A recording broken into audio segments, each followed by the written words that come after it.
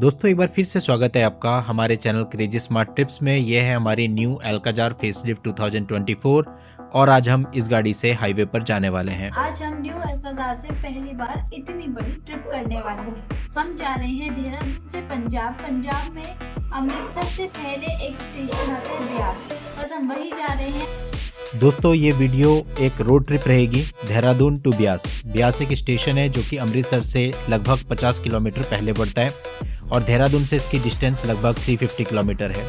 गाड़ी की सेटिंग आपने देख ली, एक आदमी के लेटने और 4 लोगों के बैठने की जगह हमने इसमें मैनेज की और अच्छा खासा सामान भी इसमें आ गया है। तो अभी सुबह के बज रहे हैं 5:30। ये रहा हमारा स्पीडोमीटर, आप देख सकते हैं अभी ट्रिप 0 है और हमने अपनी ट्रिप अपने घर से शुरू कर ली है। दोस्तों जो हमारी डेस्टिनेशन है वो हमारे घर देहरादून से 350 किलोमीटर दूर है और जो हमारा घर है वो देहरादून क्लॉक टावर से 3 किलोमीटर की लगभग दूरी पर है। अभी जो जगह आप देख रहे हैं इसे कहते हैं सहस्त्रधारा क्रॉसिंग। तो यहाँ सहस्त्रधारा क्रॉसिंग से अभी हम रेलवे स्टेशन की तरफ जाते हुए आगे बढ़ेंगे। ये अभी जो आप जगह देख रहे हैं ये रेलवे स्टेशन देहरादून है और इसके बाद हम चलेंगे ISBT की तरफ। अभी रास्ते में हमको पड़ेगा पहले सहारनपुर चौक देहरादून। तो अभी हम सिटी में से निकल रहे हैं और ये जो हमारी ट्रिप है इसमें सिटी ट्रैफिक भी होगा, हिल्स भी होंगे और इसके बाद प्लेन हाईवे भी होगा। तो हर तरह का मिक्स रहेगा। तो यहाँ पे कितना माइलेज ये गाड़ी देगी वो भी हम आपको बताएंगे। दोस्तों ये जो चौक है ये कहलाता है सहारनपुर चौक देहरादून। यहाँ से ISBT की तरफ हम चल दिए। तो देहरादून ISBT की तरफ अभी हम जा रहे हैं। आप देख भी सकते हैं बोर्ड पे लिखा है रुड़की 72। तो दोस्तों ये जो हमारी ट्रिप है ये 4 स्टेट से होकर गुजरेगी। उत्तराखंड से पहले हम एंटर करेंगे यूपी में, यूपी के बाद हरियाणा और हरियाणा के बाद पंजाब। दोस्तों हम ये मान के चल रहे हैं कि 7 घंटे का रास्ता है, 350 किलोमीटर तो 50 का एवरेज आता है क्योंकि ट्रैफिक जाम हिल सब कुछ मिलेगा और 1 घंटा हम एक्स्ट्रा लेके चल रहे हैं क्योंकि रुकेंगे भी। ये देखिए ISBT हम पहुंचने वाले हैं। ये जो आप फ्लाईओवर देख रहे हैं ना, इस फ्लाईओवर के अगर आप नीचे से जाएंगे तो इस फ्लाईओवर के नीचे ही देहरादून का ISBT है, बट हमें ISBT नहीं जाना है, हमें तो हाईवे टू हाईवे चलना है। तो हम फ्लाईओवर के ऊपर से जा रहे हैं। तो दोस्तों हमने 5:30 बजे सुबह अपनी गाड़ी सेट करनी शुरू कर दी थी, लेकिन निकलते निकलते बच्चों के साथ हमें 6 बज गए थे। तो सुबह के 6 बजे हम निकले और हमें हर हाल में 3 बजे तक ब्यास पहुंचना है क्योंकि 4 बजे वहाँ पर एक प्रोग्राम है जो कि हमें अटेंड करना है। तो इससे ज़्यादा लेट हम नहीं हो सकते हैं। तो अगर 8 घंटे भी हम मान के चलें, 7 घंटे ट्रैवलिंग के 1 घंटे रेस्ट का, तो भी हम 2 बजे ब्यास पहुंच जाएंगे। अगर हमें बीच में कुछ ऐसी परिस्थिति ना मिली, कभी होता है विपरीत परिस्थिति मिल जाती है, एक्सेप्शनल कुछ हो जाता है, तो वो देखेंगे। फिलहाल हमने अपनी जर्नी शुरू करी है। अब ये देखिए नया हाईवे बना है और यहाँ पे थोड़ा सा आगे जा करके अब एक पुलिस चौकी आएगी, आशा रोडी उसे बोलते हैं। आशा रोडी पुलिस चौकी है। ये आशा रोडी पार करते हैं आप कह सकते हैं कि आप देहरादून सिटी से बाहर आ गए हैं। ये आशा रोडी चेक पोस्ट है। ये देखिए आप ये कह सकते हैं कि उत्तराखंड में जब आप एंटर करते हैं तो पहला जो चेक पोस्ट पड़ता है वो आपको यही पड़ता है। तो अभी हम उत्तराखंड से बाहर जा रहे हैं। तो आप ये कह सकते हैं कि इस चेक पोस्ट को पार करने के बाद आप कह सकते हो कि हम अपनी सिटी से बाहर आ गए हैं। और यहाँ पर अभी काम चल रहा है, नया हाईवे बन रहा है और कहते हैं कि ये हाईवे जब कंप्लीट बन जाएगा तो 2.5 से 3 घंटे में दिल्ली की दूरी कवर की जा सकेगी देहरादून से। तो इस पर काम ऑलमोस्ट 90% पूरा हो गया और जल्दी यह हाईवे नॉर्मल पब्लिक के लिए खुलने वाला है। अभी फिलहाल आप देख रहे हैं कि एक ही रूट है और उसी से लोग आ भी रहे हैं और जा भी रहे हैं, बट अभी काम चल रहा है। तो होपफुली आने वाले 3 से 4 महीने में ये हाईवे प्रॉपरली सबके लिए खुल जाएगा। तो यहाँ पे थोड़ा सा आगे एक मंदिर पड़ता है, डाट काली मंदिर। डाट काली मंदिर जो है वहाँ पर एक गुफा है। तो पहले उस गुफा से ट्रैफिक आता और जाता भी था और श्रद्धालु भी वहाँ बहुत होते थे, तो भीड़ बहुत ज़्यादा लग जाती थी। तो इसके लिए अभी इन्होंने क्या किया, अलग से 2 गुफाओं का निर्माण किया है, आप सामने देख सकते हैं। तो जो डाट काली मंदिर की गुफा है अब आपको उस तरफ नहीं जाना है। यहाँ से अगर आप लेफ्ट साइड जाएंगे तो डाट काली पड़ता है। डाट काली पर भी मैंने अलग से एक वीडियो बनाया हुआ है, आप उसकी हिस्ट्री भी देख सकते हैं उस वीडियो को देख करके। तो फिलहाल ये जो नई गुफा है इससे हम जाएंगे ताकि डाट काली की तरफ हमें ना जाना पड़े। फिलहाल ये एक ही गुफा एक्टिव है, लेकिन जब प्रॉपर हाईवे बन जाएगा तो दोनों गुफा खुल जाएंगी, एक जाने के लिए और एक आने के लिए। तो ये जो गुफा है इसको पार करते ही आप जो है यूपी में एंटर कर जाएंगे।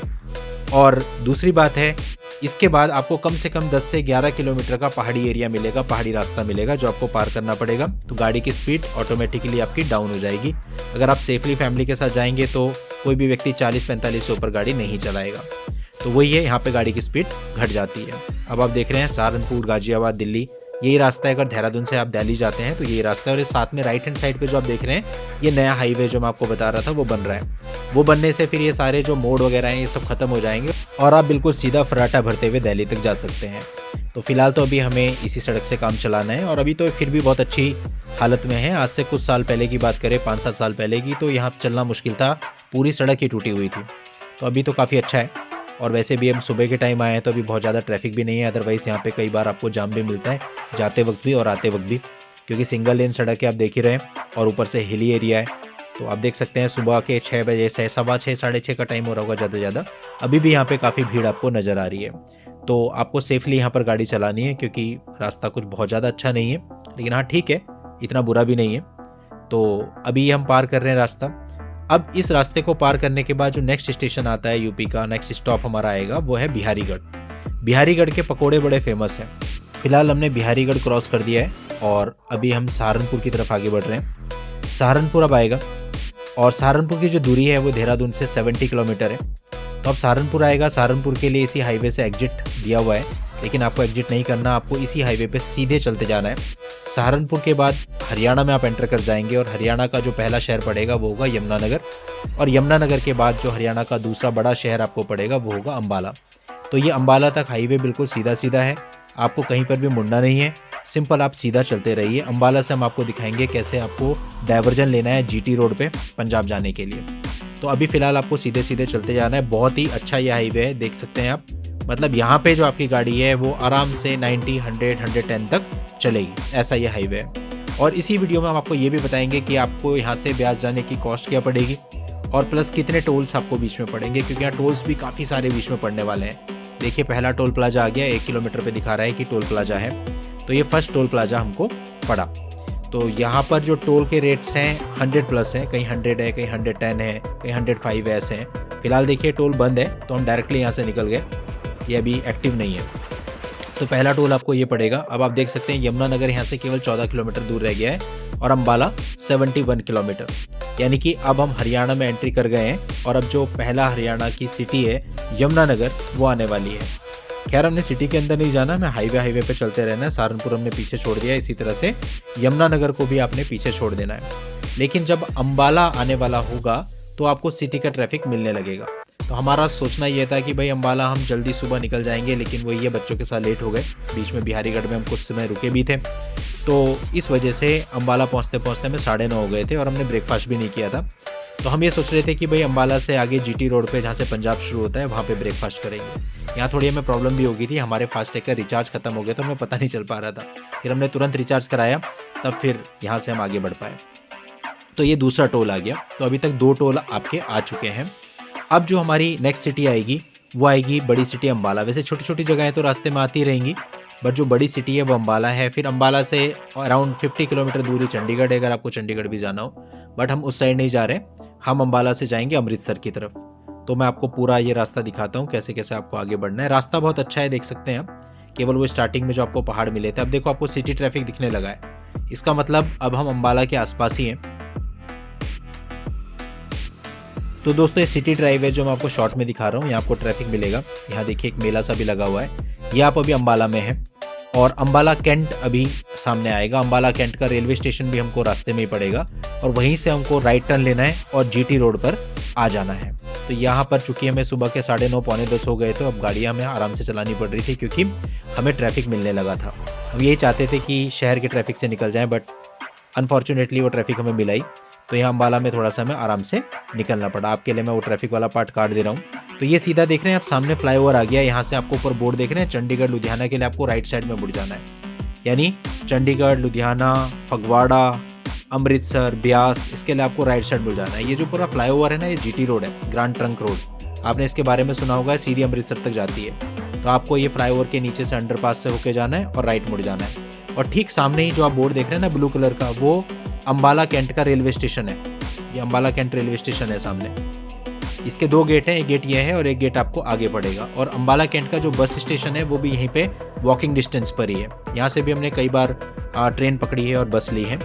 तो अभी ये फ्लाईओवर के साथ साथ हम लोग चल रहे हैं और मेन जीटी रोड पे हम लोग आ जाएंगे। फिर जीटी रोड तो जीटी रोड है, आप सबको पता है, वहाँ तो आपकी गाड़ी जो है बहुत तेज़ चलती है। हालांकि ट्रैफिक बहुत होता है, लेकिन इतना बड़ा हाईवे है, इतना अच्छा है कि गाड़ी की स्पीड आपकी बहुत अच्छी रहती है। तो हमें उम्मीद थी कि हम बहुत जल्दी पहुँच जाएंगे, क्योंकि यहाँ तक अभी केवल हमारे 150 किलोमीटर कवर हुए थे। देहरादून से अम्बाला की दूरी 150 किलोमीटर है और अभी 200 किलोमीटर लगभग हमको और आगे चलना है ब्यास के लिए।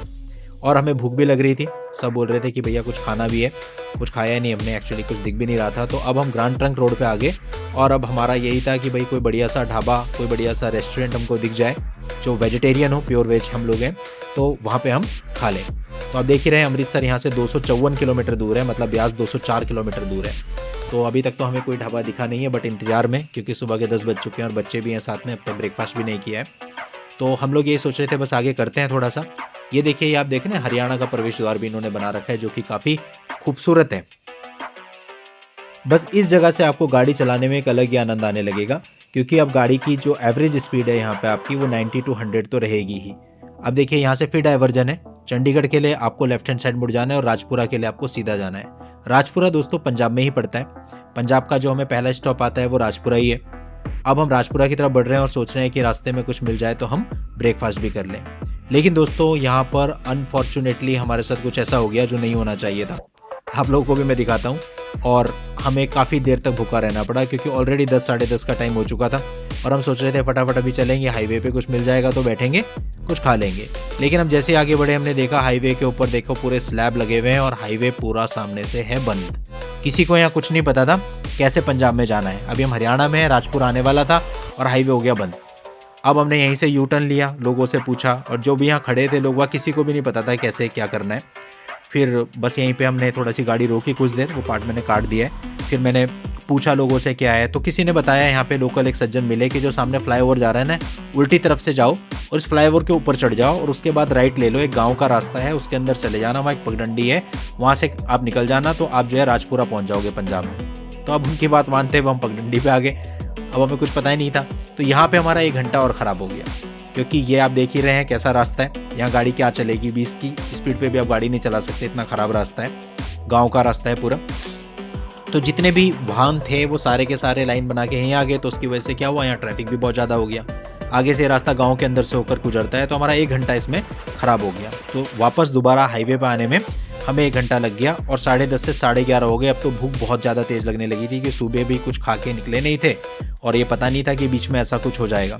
अभी सब मेरे को कोस रहे थे कि भाई इसने खाने नहीं दिया रास्ते में, बोला ग्रांड ट्रंक रोड पे खाएंगे, और ये हो गया हमारे साथ। तो दोस्तों खैर जो भी था, जो होता है अच्छे के लिए होता है। अभी इतना सब हमने जो एक्सपीरियंस लिया बैड रोड्स का, इस पर मैंने अलग से भी वीडियो बनाई है ऑफ रोडिंग की, वो भी आप देख सकते हैं।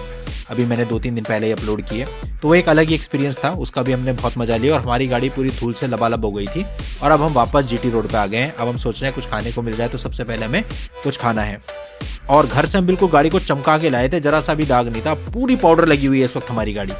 लेकिन फिर बात वही है, जो होता है अच्छे के लिए होता है। अभी हमें सामने जो एक ढाबा दिख गया और ढाबा दिखते ही हमने सोचा भाई सबसे पहले रोक लो, तो अब मैं गाड़ी साइड में ले रहा हूँ। तो चूंकि हाईवे होता है एकदम से आप गाड़ी साइड में नहीं कर सकते, अगर दूर से आपको कोई ढाबा दिखा है तो फिर आपको पहले से ही गाड़ी का रुख वैसा बनाना पड़ेगा कि साइड में हो जाए। देखो अमृतसर यहाँ से 234 है, यानी केवल 20 किलोमीटर हम दूर आए हैं अभी उस जगह से, अम्बाला कैंट से।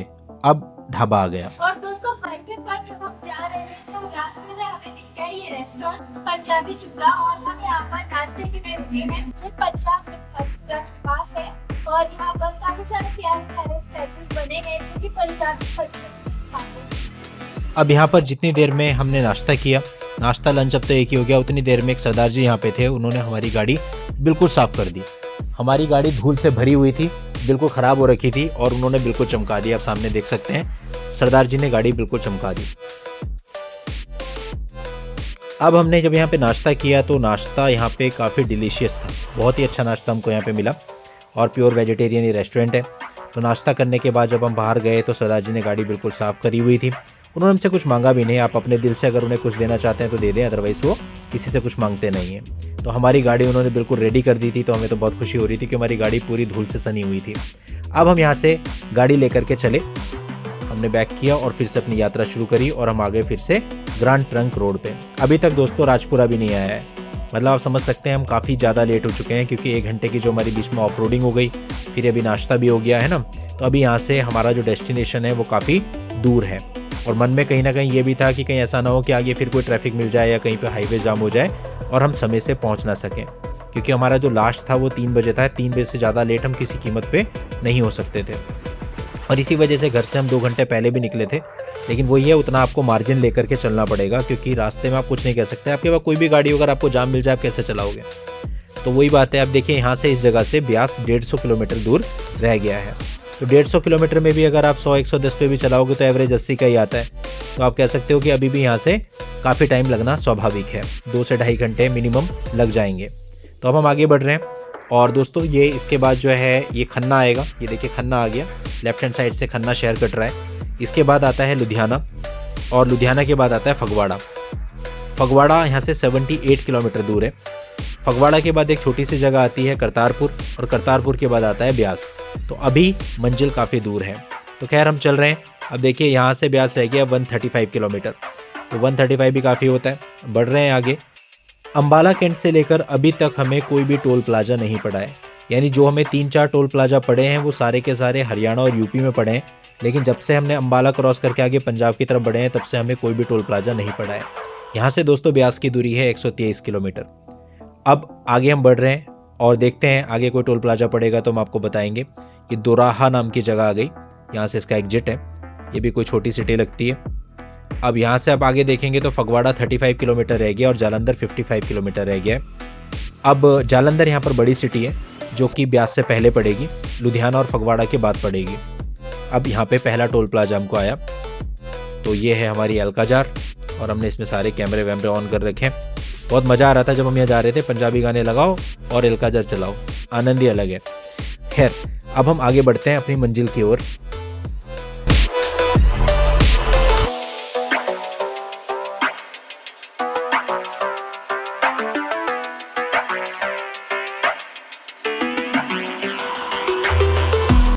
अब दोस्तों जालंधर आने वाला है। आप देख सकते हैं 37 किलोमीटर जालंधर और फगवाड़ा रह गया है केवल 17 किलोमीटर। हम आगे बढ़ते चले जा रहे हैं। हाईवे यही है, जो भी शहर आएगा उसका एग्जिट अलग से दिया हुआ है। अब ये देखिए जालंधर और फगवाड़ा के लिए अभी भी एरो आगे बनाए, तो अभी भी मंजिल दूर है क्योंकि हमारी सिटी तो जालंधर के भी बाद आएगी। अब दोस्तों इस जगह से ब्यास का डिस्टेंस रह गया है 53 किलोमीटर और जालंधर का केवल 12 किलोमीटर, यानी जालंधर शहर आने वाला है। और उसके बाद आएगा करतारपुर और फिर ब्यास। तो जालंधर हमने पीछे छोड़ दिया, उसका एग्जिट पीछे रह गया है और ब्यास इस जगह से केवल 8 किलोमीटर की दूरी पर है, यानी हमारी मंजिल बहुत पास है। और मंजिल पास होती है तो दिल में खुशी तो होती है, तो दिल में खुशी भी हो रही है, हम पहुंचने वाले हैं। अब यहाँ पे देखिए एक और टोल प्लाजा आपको मिला। तो ये ब्यास से पहले लास्ट टोल प्लाजा आपको पड़ा, यानी आप कह सकते हैं कि जीटी रोड पे केवल 2 टोल प्लाजा आपको पड़ेंगे। इससे पहले 4 आपको पड़े, तो टोटल 6 टोल प्लाजा यहाँ तक आपको पड़े। तो आप कह सकते हैं 6 से 650 रुपये का टोल आपको एक तरफ में यहाँ लग जाता है। तो अभी ब्यास आने वाला है। ब्यास से पहले ये पुल आता है, इस पुल को क्रॉस करना है और उसके बाद हम ब्यास के अंदर एंटर कर जाएंगे। यहाँ गाड़ी लाते वक्त मैंने जो टैंक है गाड़ी का वो फुल करवाया था, तो tank to tank mileage check हुई है। तो यहाँ पर ये मिक्स सिचुएशन में हाईवे भी था, हिल्स भी थे, सिटी ट्रैफिक भी था। ऐसे में इस गाड़ी ने जो माइलेज हमको दिया है, जो एवरेज निकाल करके दिया है, वो दिया है 16 से 17 किलोमीटर पर लीटर का। ये गाड़ी दोस्तों पेट्रोल ऑटोमेटिक है, DCT सिग्नेचर जो टॉप वेरिएंट आता है अलकाजार में, और फेसलिफ्ट 2024 मॉडल है। तो दोस्तों अब हम पहुँच गए हैं ब्यास। अब आपको लेफ्ट साइड में मुड़ जाना है क्योंकि अगर आप फ्लाईओवर के ऊपर से जाएंगे तो सीधा सीधा हाईवे अमृतसर जा रहा है, अटारी जा रहा है। और अगर आपको ब्यास जाना है तो हम नीचे से चलेंगे। तो अब हम नीचे से चलते हैं। तो बस आपको थोड़ा सा और आगे जाना है और उसके बाद सीधा अगर आप चले जाते हैं तो ब्यास मार्केट आ जाएगी। और अगर आप राइट साइड में फ्लाईओवर के नीचे से मुड़ जाते हैं तो डेरा ब्यास का रास्ता आएगा। तो हम डेरा ब्यास वाले रास्ते पर मुड़ जाते हैं।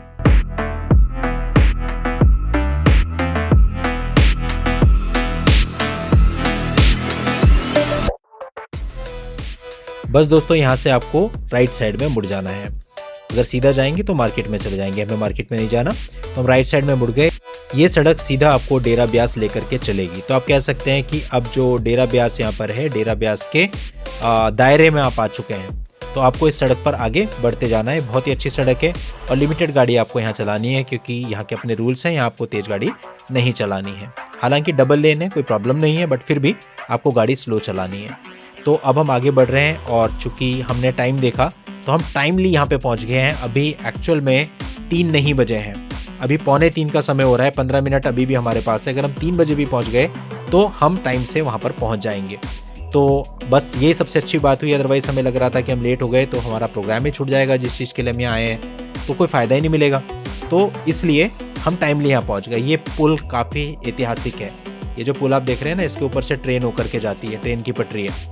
तो इसके नीचे से हम निकल रहे हैं और ये डेरा ब्यास की रोड पर हम चल रहे हैं। और अभी जो मेन एंट्री है डेरा ब्यास की वो आने वाली है। तो जो इसकी एंट्री है, एंट्री तक मैं आपको पूरा दिखाऊंगा। एंट्री के बाद फिर कोई भी वीडियोग्राफी अलाउ नहीं है, डेरे के अपने रूल्स हैं, तो केवल मैं आपको यहीं तक दिखाऊंगा। तो दोस्तों ये जो सफ़र है ये देहरादून टू ब्यास 350 किलोमीटर का सफ़र है। आपको पता चला कि बीच में कौन कौन सी सिटी पड़ी, कितना हमारा टोल लगा, क्या हमारा माइलेज रही, और गाड़ी में सफ़र करने के बाद 350 किलोमीटर आप विश्वास नहीं करेंगे, बिल्कुल भी पता नहीं चला कि आपने ड्राइव की हो। मतलब इतनी कंफर्टेबल ड्राइव ये रही। इसके बाद हम यहाँ घूमे हैं पूरे दिन, रात तक 8-9 बजे तक पूरा, मतलब हमने सब कुछ किया है यहाँ पे। तो ये डेरा ब्यास का मेन गेट है, यहाँ से आगे वीडियो अलाउ नहीं है जी।